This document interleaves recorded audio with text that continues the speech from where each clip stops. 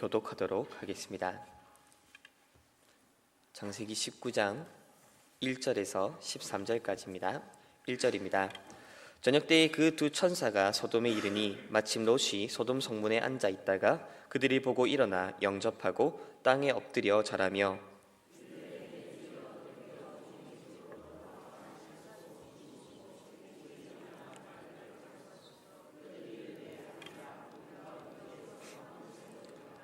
롯이 간청하매 그제서야 돌이켜 그 집으로 들어오는지라 롯이 그들을 위하여 식탁을 베풀고 무교병을 구우니 그들이 먹으니라.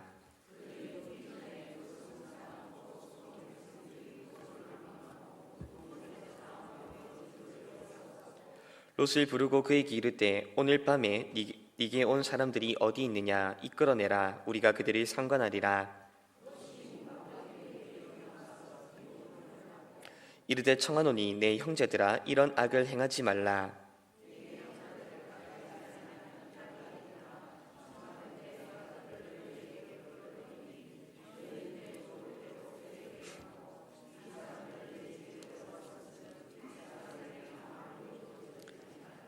그들이 이르되 너는 물러나라. 또 이르되 이자가 들어와서 거류하면서 우리의 법관이 되려 하는도다. 이제 우리가 그들보다 더 너를 더 헤아리라 하고 롯을 밀치며 가까이 가서 그 문을 부수려 하는지라.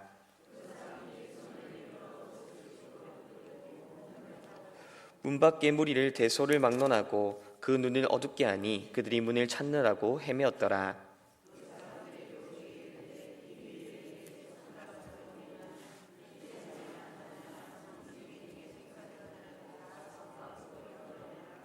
함께 읽겠습니다. 그들에 대한 부르짖음이 여호와 앞에서 크므로 여호와께서 이곳을 멸하시려고 우리를 보내셨나니 우리가 멸하리라. 아멘. 우리 책은 우리 교회에서 구역 봉사자 모임 때마다 함께 읽는 책이 있습니다. 바로 한국 교회사의 뒤안길이라고 하는 책을 읽고 있는데요. 한국에 처음 복음이 전파되고 그리고 그 교회가 세워지는 과정 속에서 우리 교회사에 어떤 일들이 있었는지를 함께 살펴보고 있습니다.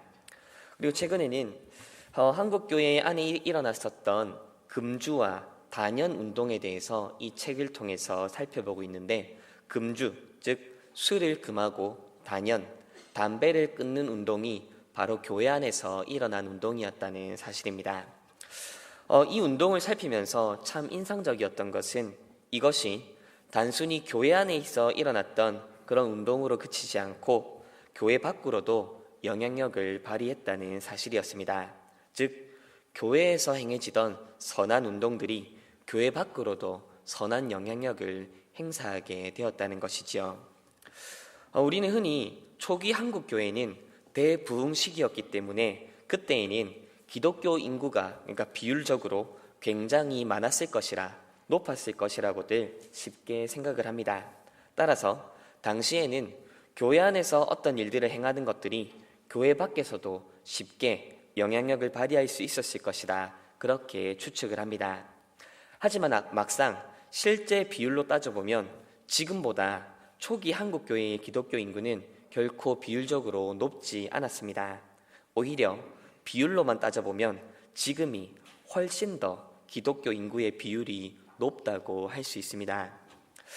여기서 궁금해지는 점은 왜 과거에는 적은 비율로도 국가와 사회에 교회가 선한 영향력을 미치며 행사할 수 있었는데 지금은 그렇게 높은 인구 비율에도 불구하고 그런 선한 영향력을 행사하는 모습들을 찾기 어려운가?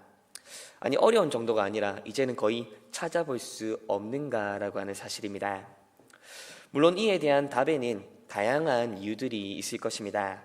오늘은 본문을 통해 그 여러 가지 이유들 중에 한 가지라고 생각되는 그것에 대해서 살펴보고자 합니다. 오늘 우리가 읽은 이 창세기 19장에는 소돔과 고모라의 멸망에 대해서 기록하고 있습니다. 악하고 음란했던 성읍인 소돔과 고모라가 하나님께 심판을 당하는 그런 내용들이 기록되어 있습니다. 그런데 여기서 한 가지 질문이 생깁니다. 그것은 왜 하필이면 소돔과 고모라 성읍이 멸망을 당했을까라는 것입니다. 방금 말씀드린 것처럼 소돔과 고모라 성읍은 악이 관영한 도시였습니다. 따라서 하나님의 심판을 받기에 합당한 도시였지요. 이렇게만 보면 소돔과 고모라가 하나님의 심판을 당한 것이 뭐 그리 특별한가 이런 생각이 들 것입니다. 하지만 만약 죄와 악이 가득하기 때문에 멸망을 받아야 한다면 지금 우리가 살고 있는 이 마산 땅은 과연 괜찮은 땅이라 말할 수 있겠습니까? 우리 대한민국은 하나님의 심판으로부터 면제받을 만한 그런 나라입니까? 지금은 한풀 꺾이긴 했지만 하나님의 국가라고 일컬어지는 미국은 하나님의 심판으로부터 자유할 수 있을까요?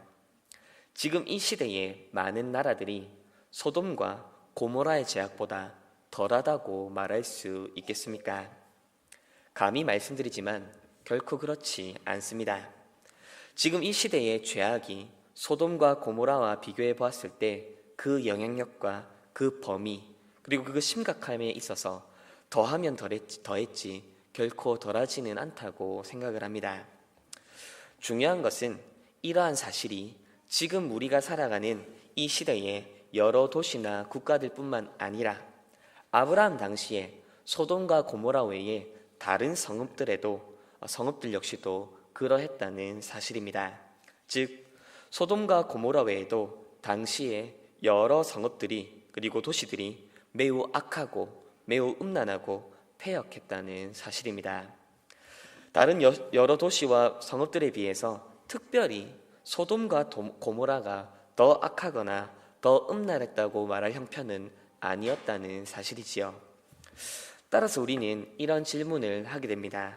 그렇다면 왜 하나님께서는 하필이면 이 소돔과 고모라를 죄를 지적하시며 그들에게 심판을 행하셨는가? 왜 하나님께서는 다른 성읍들이 아니라 굳이 소돔과 고모라를 멸망시키신 것일까? 물론 여기에도 여러 가지 답변이 있을 수 있습니다. 그것은 하나님의 주권에 따라 이루어진 일이기 때문에 사람이 알 수 없다라고 하든지 아니면 하나님께서 자신의 작정과 뜻을 따라 심판하신 것이기 때문에 그것들에 대해서 다 파악할 수는 없다. 이렇게 말들을 할 수 있겠지요. 다만 성경이 우리에게 알려주는 여러 가지 단서들을 따라 개연성 있게 추론하는 것은 어느 정도 가능하다고 생각을 합니다. 그리고 성경은 소돔과 고모라의 멸망에 관한 이유들에 대한 몇 가지 단서들을 우리에게 제공해 주는데요. 우선 우리가 생각해 봐야 될 첫 번째 사실은 이 소돔과 고모라의 멸망에 관한 사건이 더 넓은 문맥에서 보면 결국 아브라함 이야기에 속해 있다는 사실입니다. 즉 소돔과 고모라의 멸망을 제대로 이해하려면 아브라함 이야기라고 하는 더 큰 문맥 속에서 이 사건을 이해해야 된다는 것입니다. 그리고 우리가 이어서 두 번째로 생각해야 될 사실은 바로 소돔 땅에 아브라함의 조카 롯이 거주하고 있었다는 사실입니다. 즉 롯이 소돔 땅에 거주하고 있었다는 이 사실이 바로 소돔과 고모라의 멸망 사건을 아브라함 이야기와 연관지어서 이해할 수 있도록 우리에게 단서를 제공해 준다는 사실입니다. 자, 먼저 소돔과 고모라의 멸망이 더 넓게는 아브라함 이야기에 속해 있다는 사실에 대해서 살펴보도록 하겠습니다. 앞에서 말씀드린 바와 같이 오늘 본문은 소돔과 고모라의 멸망에 관해서 기록하고 있습니다. 그런데 하나님께서 소돔과 고모라를 멸망시키기에 앞서서 하신 일이 하나 있었는데요. 그것은 우리가 지난 시간에 살펴보았던 아브라함을 택하여 부르신 그 목적에 대해서 아브라함에게 알려주시는 장면이었습니다. 하나님께서는 아브라함을 택하시고 부르신 그 목적이 무엇인지에 대해서 아브라함에게 알려주셨는데요. 그것은 바로 의와 공도를 행하는 백성으로 삼기 위함이다라는 것이었습니다.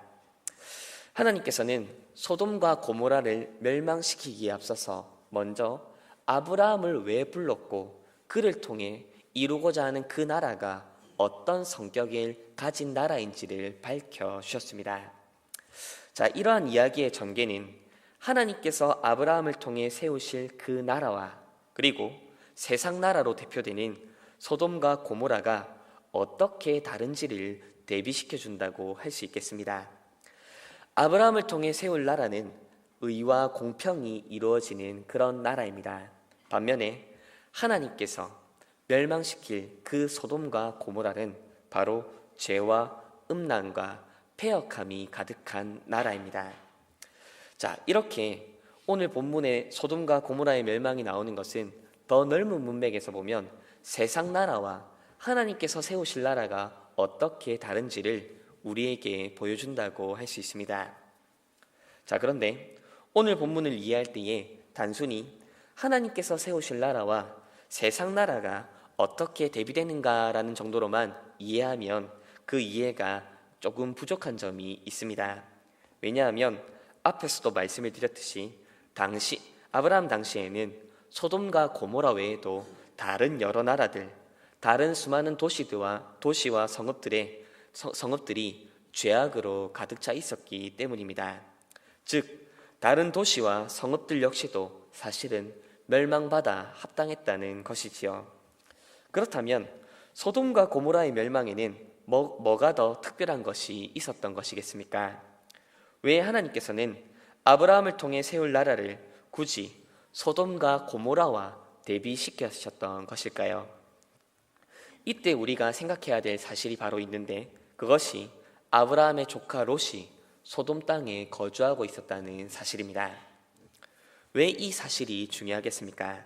그것은 지금 성경이 하고 있는 일이 아브라함으로 대표되는 하나님 나라와 소돔과 고모라로 대표되는 세상 나라를 대비시키는 것으로 그치지 않고 그것을 넘어서 아브라함과 그의 조카 롯을 대비시키는 일도 지금 성경이 하고 있다는 것을 보여주기 때문입니다. 오늘 본문 1절 말씀 보면 롯이 성문에 앉아 있었다라는 사실을 우리에게 알려줍니다. 아브라함 당시에 성문은 토론과 재판 그리고 여러 가지 토의가 이루어지는 자리였습니다. 그리고 누군가가 성문에 앉아 있었다라는 것은 그가 그 지역에서 법관의 역할을 수행하는 자라는 것을 의미합니다. 즉, 오늘 본문이 롯이 성문에 앉아 있었다라고 말을 해주는 것은 그가 그 지역의 법관의 역할들을 감당하고 있었다라는 것을 증거해 주는 것입니다. 그리고 실제로 오늘 본문 9절 말씀에 보면 소돔 사람들이 롯을 향하여서 이자가 우리의 법관이 되려 하는도다라고 외치는 것을 볼 수 있는데요. 이는 곧 롯이 소돔성에서 법관의 역할을 감당하고 있었다는 것을 우리에게 보여줍니다. 자, 이렇게 보면 현재 롯은 소돔성에서 사회적으로 매우 명망 있고 영향력 있는 위치에 선 것으로 보입니다. 원래 소돔 사람도 아니었던 자가 그 지역에서 법관으로서의 위치까지 오른 것을 보면 가히 대단하다 말할 수 있을 것 같습니다. 하지만 잘 생각해 보면 롯이 소돔 땅에서 법관의 위치에까지 올랐다는 사실을 결코 긍정적으로만 볼 수 있을까라는 생각이 듭니다. 왜냐하면 우리가 잘 알듯이 소돔과 고모라는 죄로 관영한 성읍이었기 때문입니다. 죄가 관영한 도시의 특징은 법과 질서가 통용되지 않는다는 사실입니다. 그런 도시에서 법관으로서의 지위를 유지하고 그곳에서 살려고 한다면 어떻게 해야 되겠습니까? 아마 어떤 사안들을 공의롭고 정의롭게 그 말 그대로 법대로 일들을 처리하는 것은 아닐 것입니다. 불의를 눈감아 주어야 됐을 것이고 죄를 죄가 아니라고 말을 해 주어야 했을 것입니다. 바로 이것이 롯이 소돔 땅에서 법관으로 지내는 삶의 방식이었던 것입니다. 물론 그렇다고 해서 롯이 소돔과 고모라 백성들과 동일한 수준이었다는 것은 아닙니다. 나그네의 모습으로 찾아왔던 두 천사를 극진히 대접하는 모습, 또 소돔 주민들이 천사들을 범하려 할 때에 그들을 가로막는 모습들을 보면 분명 그는 소돔 사람들과는 다른 의로운 모습들을 보여주는 것은 사실입니다.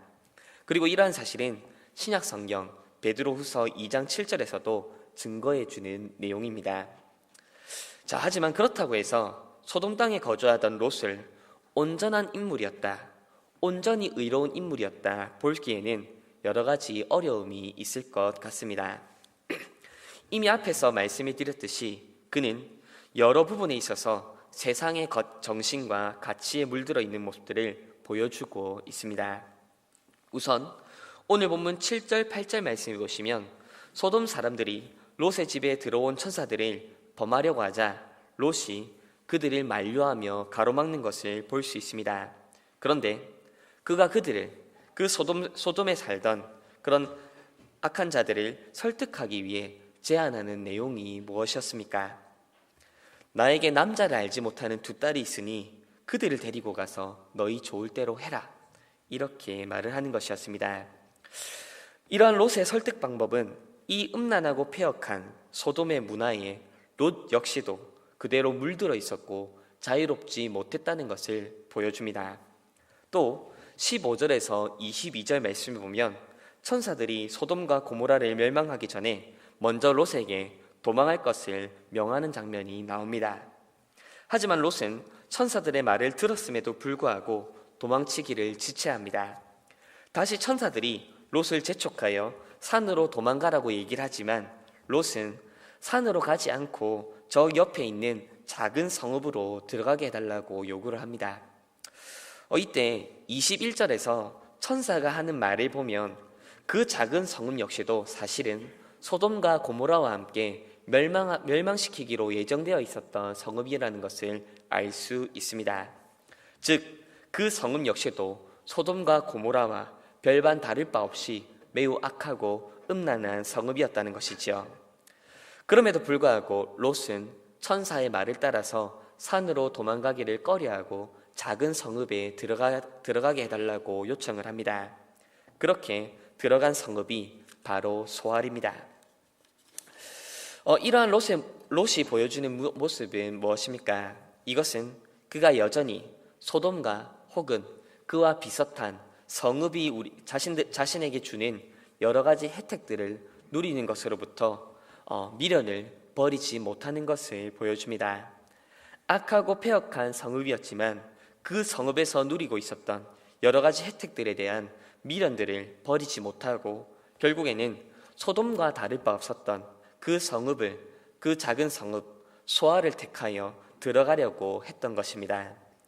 그리고 26절에 롯의 아내가 소돔과 고모라가 멸망하는 장면을 뒤돌아보다가 소금 기둥으로 변하는 모습은 바로 롯과 그의 가족들이 이 소돔 땅에 대한 미련을 버리지 못했다는 것을 상징적으로 보여줍니다. 그리고 마지막으로 30절 말씀을 보면 자신의 미련으로 인해 소알에 들어갔지만 막상 들어와 보니 소알 땅 역시도 소돔과 다를 바 없어서 언젠가 이 성읍도 멸망당하겠다, 그런 두려움을 가졌던 것 같습니다. 그래서 그는 결국 산으로 도망쳐서 굴에 거주하기 시작을 합니다. 그런데 이때 롯의 딸들이 어떤 말들을 주고받습니까? 자기 아버지 롯과 동침하여 자녀를 가지자는 말들을 주고받고 또 그것을 그대로 실행합니다. 이러한 롯의 딸들의 행동을 어떻게 이해할 수 있을까요? 그것은 롯의 딸들이 소돔의 악한 문화와 사상에 물들었다는 것을 보여줍니다. 그리고 자신들의 목적을 이루기 위해서는 그 악한 문화와 타협해도 괜찮다라고 하는 그런 모습들을 보여줍니다. 바로 롯의 삶의 방식을 그대로 답습하고 있는 롯의 딸들의 모습을 볼 수 있습니다. 이처럼 롯과 그의 가족들은 소돔 땅에 거주하면서 불의와 타협하며 세상의 가치와 정신에 물들어 있는 모습을 보여줍니다. 그리고 이러한 롯의 모습은 우리가 잘 알고 있는 한 인물과 자연스럽게 대비를 이루는데요. 그것은 바로 앞에서 말씀드렸던 아브라함의 모습입니다.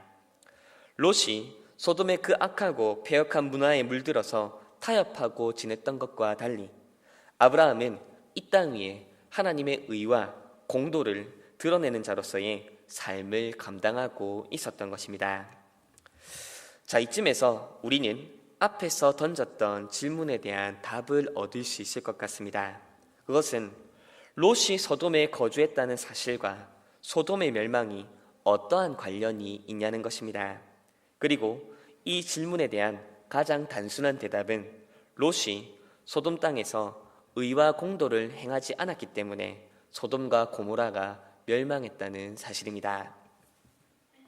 물론 이 말이 소돔과 고모라의 멸망에 대한 책임이 전적으로 롯에게만 있었다는 말은 아닙니다. 분명 소돔과 고모라의 멸망은 그들 스스로 자처한 일임에는 분명합니다. 그 책임에 있어서 롯에게 모든 책임을 전가해서는 안 될 것입니다. 하지만 중요한 것은 롯이 그 땅에 거주하면서 행한 일이라곤 그곳에서의 의와 공도를 행하는 것이 아니라 오히려 그 땅의 문화와 정신을 그대로 흡수했다는 사실에 있습니다. 의롭고 선한 영향력을 끼친 것이 아니라 오히려 악하고 음란한 그 영향력을 자신의 삶에 고스란히 흡수했다는 것이 바로 롯의 실패입니다. 앞에서 말씀드린 것처럼 몇몇 모습에 있어서는 그들과 다른 모습들을 보여주었습니다. 나그네를 대접하고 그들을 해하려는 것을 만류하는 그런 모습들은 소위 의로운 자의 흔적들을 보여주는 것이라 할 수 있지요. 하지만 롯의 그러한 흔적마저도 세상의 정신과 가치에 오염되어 있었고 물들어 있었지 결코 그것이 온전한 의로운 모습은 아니었다는 것입니다. 즉 롯은 소돔과 고모라가 멸망의 길로 달려가는 것을 결코 막지 못했던 것입니다. 자, 혹 어떤 분들은 이렇게 말씀하실지도 모르겠습니다. 그것은 아브라함과도 똑같지 않습니까? 아브라함도 소돔 땅을 위해서 기도했지만 결국 소돔 땅이 멸망당하지 않았습니까? 결국 아브라함도 소돔과 고모라 땅이 멸망당하는 것을 막지 못한 것 아닙니까? 분명 아브라함의 기도도 소돔 땅의 멸망을 가로막지 못했던 것은 분명합니다. 하지만 아브라함과 롯에게는 결정적인 차이가 있습니다. 그것은 아브라함은 소돔 땅 가운데 의인 50명이 있기를 기대했다는 사실입니다. 적어도 롯 주변에 롯의 영향력을 받아 의를 행하는 자가 50명이 있기를 기대했다는 것이지요. 그게 아니라면 40명, 그게 아니라면 30명, 최소 10명이라도 롯의 영향력을 받은 의인 10명이 있기를 그렇게 아브라함은 기대하면서 기도했습니다. 하지만 롯은 어떻습니까? 소돔 땅의 의로움을 기대했습니까? 그 땅의 법관으로 지내면서 종이롭고 공의롭게 판결을 내리려고 노력했을까요? 그 땅의 음란하고 태폐적인 문화를 거부하며 맞서 싸웠습니까? 아닙니다. 롯은 그렇게 하지 못했습니다.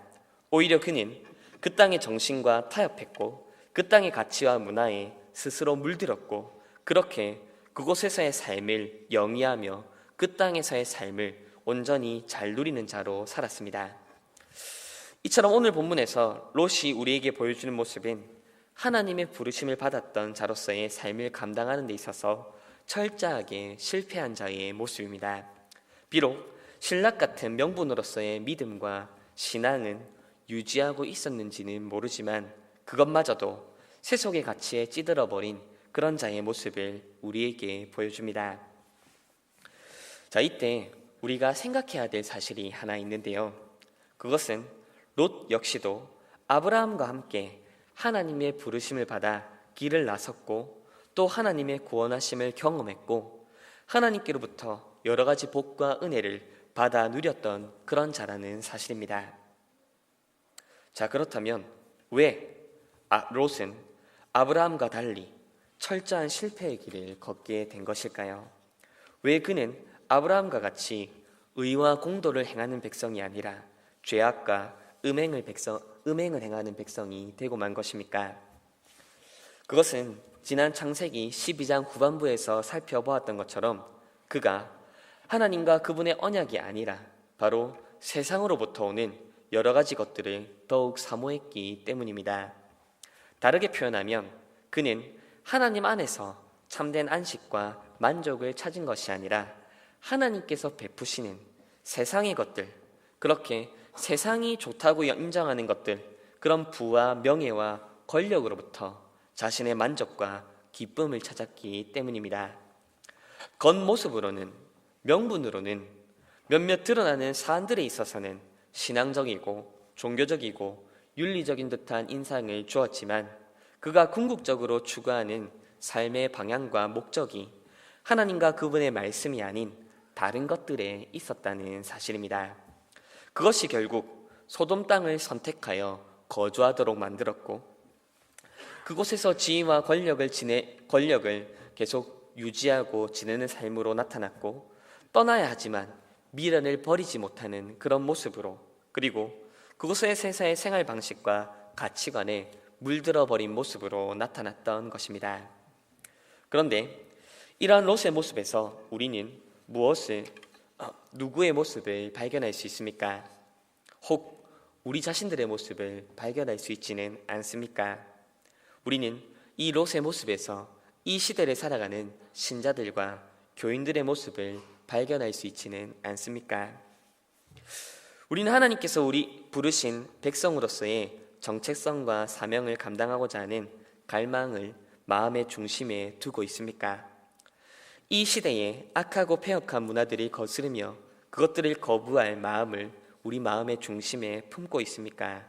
비록 그러한 삶이 우리를 수고롭게 만들고 불편하게 만들고 때로는 손해와 불이익을 가져다 주고 마음의 상처를 주고 기분을 나쁘게 한다 하더라도 기꺼이 그 삶을 감내할 그런 생각들과 마음을 가지고 있습니까?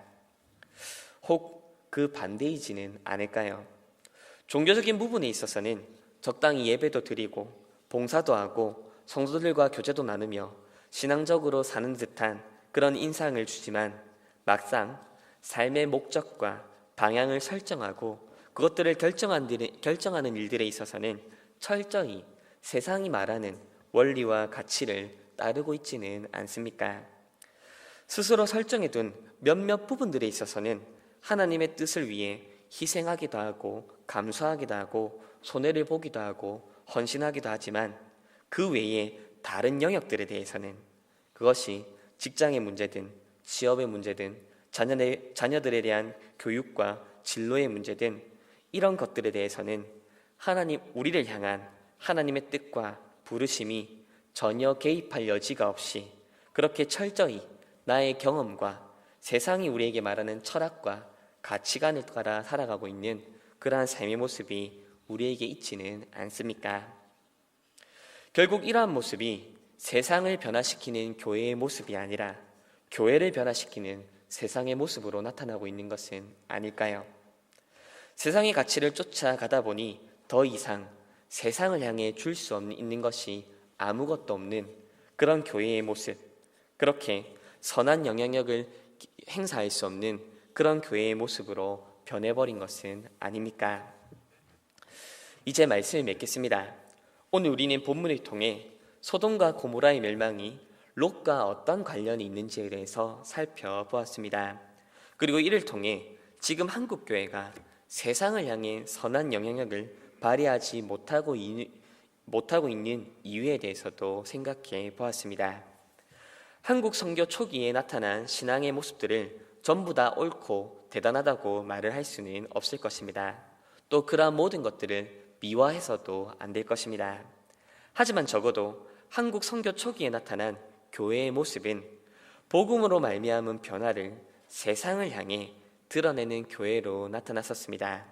하지만 지금의 한국 교회는 복음의 가치를 세상 가운데 드러내고 있습니까? 비록 기독교 용어를 사용하고 교회에서 행해지는 여러 형식들을 취해 보지만 그 근본적인 추구와 지향에 있어서는 철저히 세속에 물들어 버린 그런 모습은 아닙니까? 마치 소돔 땅에 거주하고 있던 롯과 같이 말입니다. 신자란 하나님의 부르심에 반응하며 사는 사람들입니다. 그저 종교적인 형식과 행위를 취하는 것이 아니라 하나님의 부르신 그 목적을 이루기 위해서 우리 삶의 모든 초점을 맞추어 살아가는 자들이 바로 신자입니다. 그것이 소극적으로는 세상에 물들지 않는 모습으로, 적극적으로는 세상에 선한 영향력을 행사하는 모습으로 나타날 수 있어야 할 것입니다.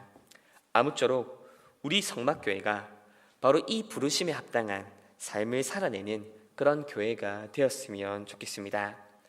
안으로는 세속의 가치에 물들지 아니하며 바깥으로는 복음의 가치와 그 선한 영향력을 드러내고 전파할 수 있는 그런 저와 우리 성막교회 성도님들 되시기를 우리 주님의 이름으로 축원드립니다.